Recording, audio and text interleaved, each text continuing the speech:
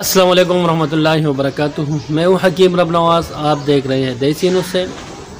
दोस्तों, जैसे कि गर्मी आती है तो बहुत से लोग शरबत बिज़ोरी इस्तेमाल करते हैं।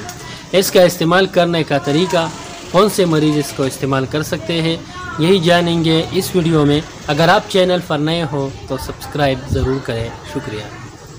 दोस्तों, शरबत बिज़ोरी, आप तो दो नाम याद रखें कि शरबत बिज़ोरी मोतदिल होती है और शरबत बिज़ोरी बारिद होती है। मोतदिल मतलब ये गर्मी और ठंडी में मोतदिल होती है, नॉर्मल होती है, और बारिद मतलब ये ठंडा होता है। बंदे को गर्माइश बहुत हो, SGPT उसका बहुत ज़्यादा हो, जैसे उसका 100 से ज़्यादा हो, 90 हो, 80 हो, तो उसको शरबत बिज़ोरी बारिद इस्तेमाल करनी है।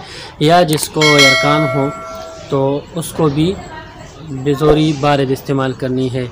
जिसका एज 50-40 साल से कम हो तो उसको शरबत बिज़ोरी इस्तेमाल करनी है। जिसका एज 20 साल से ज़्यादा हो उसको शरबत बिज़ोरी इस्तेमाल करनी है बारिद। और मोतदिल, जिसका SGPT 70 से कम हो वो शरबत बिज़ोरी मोतदिल इस्तेमाल करे। जिसका एज 40 साल से ज़्यादा हो तो उसको शरबत बिज़ोरी मोतदिल इस्तेमाल करनी है, क्योंकि अगर बारिद वो इस्तेमाल करेगा तो उसके जोड़ों में दर्द होंगे।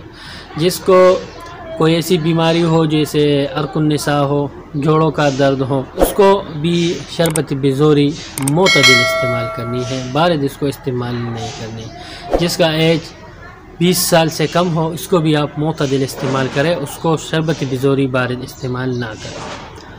और इस्तेमाल करने का तरीका, सबसे अच्छा तरीका यही है कि उसको निहार मुँह जिस टाइम भी हो, 1 कप पानी में 1 या 2 चम्मच शरबत बिज़ोरी के डालकर उसमें हल करे और उसको पिए।